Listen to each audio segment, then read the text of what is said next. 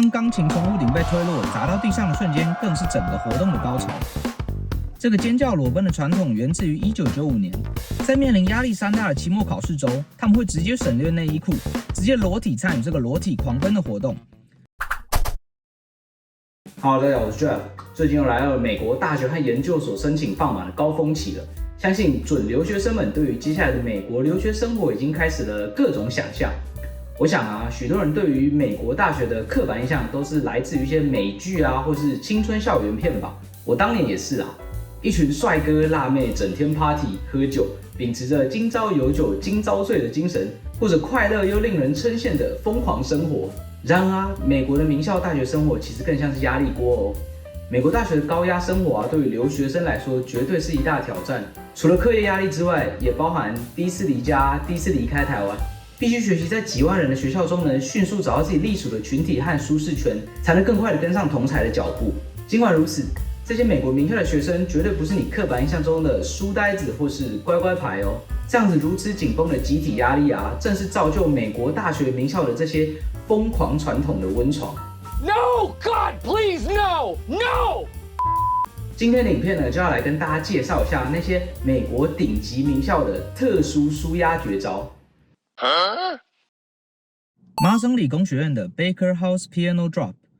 麻省理工学院有一项非比寻常的传统，就是丢钢琴的活动。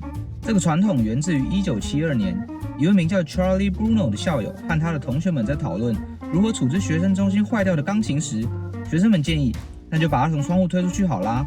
但是校方禁止从窗户外丢东西出去。不过 Bruno 发现校规中并没有禁止从顶楼丢出物品，于是就在那年，他们就从学生宿舍的顶楼丢下了第一架钢琴。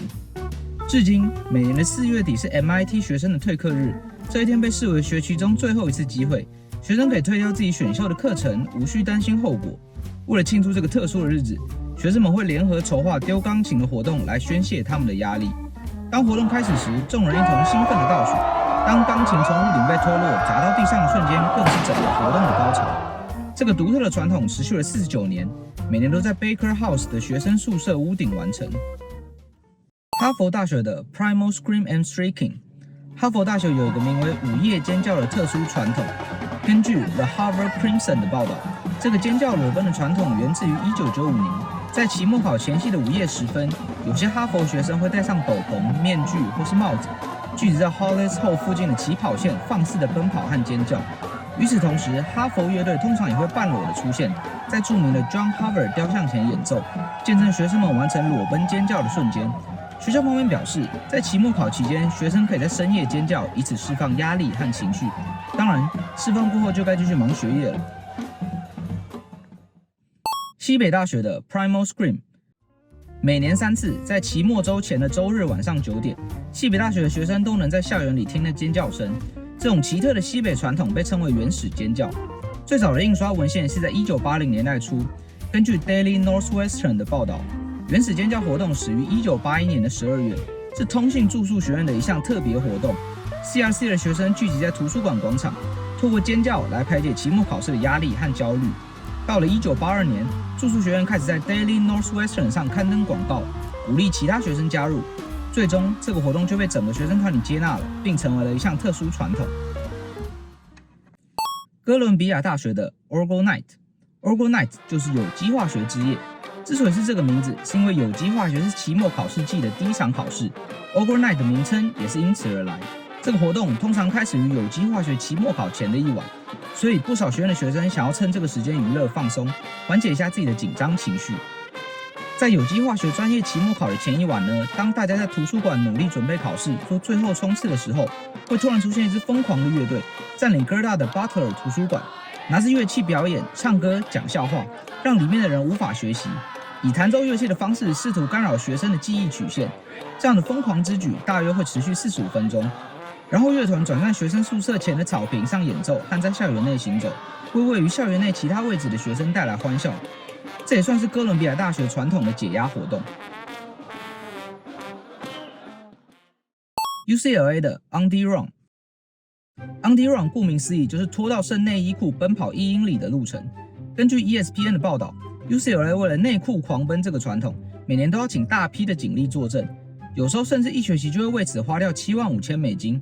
2009年还曾经因为上万人响应参与，引发了许多疯狂的酒后行为，包含大学生破坏校园设施或是叨扰社区安宁的脱序行为，导致这个活动曾经一度停办，后来在学生抗议之下才重新恢复。这样的传统至今已经维持了超过20多年。UC Berkeley 的 Naked Run。UC Berkeley 就是以其反骨和自由的精神闻名于世的嘛。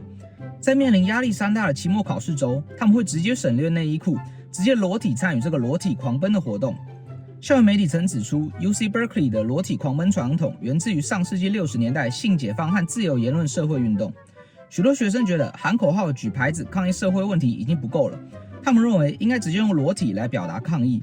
演变至今，裸体狂奔就成了期末考前一周的压力释放活动，似乎已经成了校园的一部分。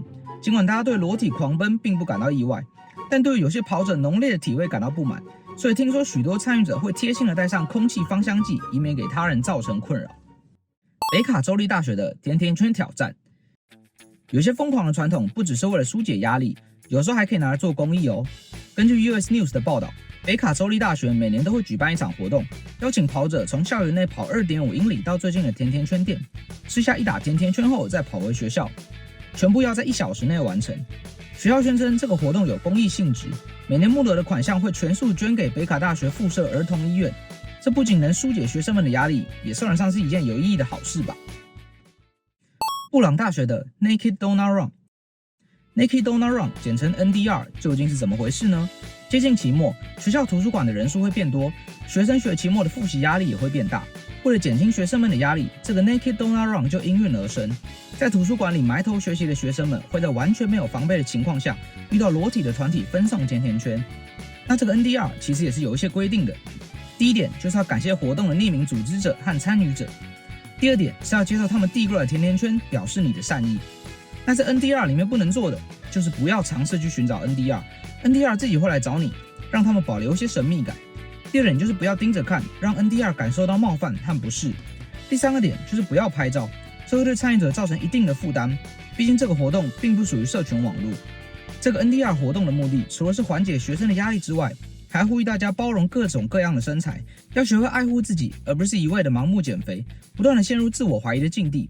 之后 NDR 就慢慢变成了布朗大学的传统。好，那这就是今天整理出来的这些美国顶级名校的特殊抒压绝招。不知道看完之后，你有没有对美国名校的幻想破灭呢？又或者是你觉得你更想要进入这些学校，参与这些疯狂的活动了呢？欢迎在下方留言留下你的看法哦。好，那以上就是今天影片。如果你喜欢今天影片的话，可以帮我按个赞和订阅这个频道，也可以分享给其他可能会有兴趣的朋友哦。以后这个频道也会有更多美国故事和我的美国 Vlog。我是 Jeff，那我们就下次再见啦 ，See you。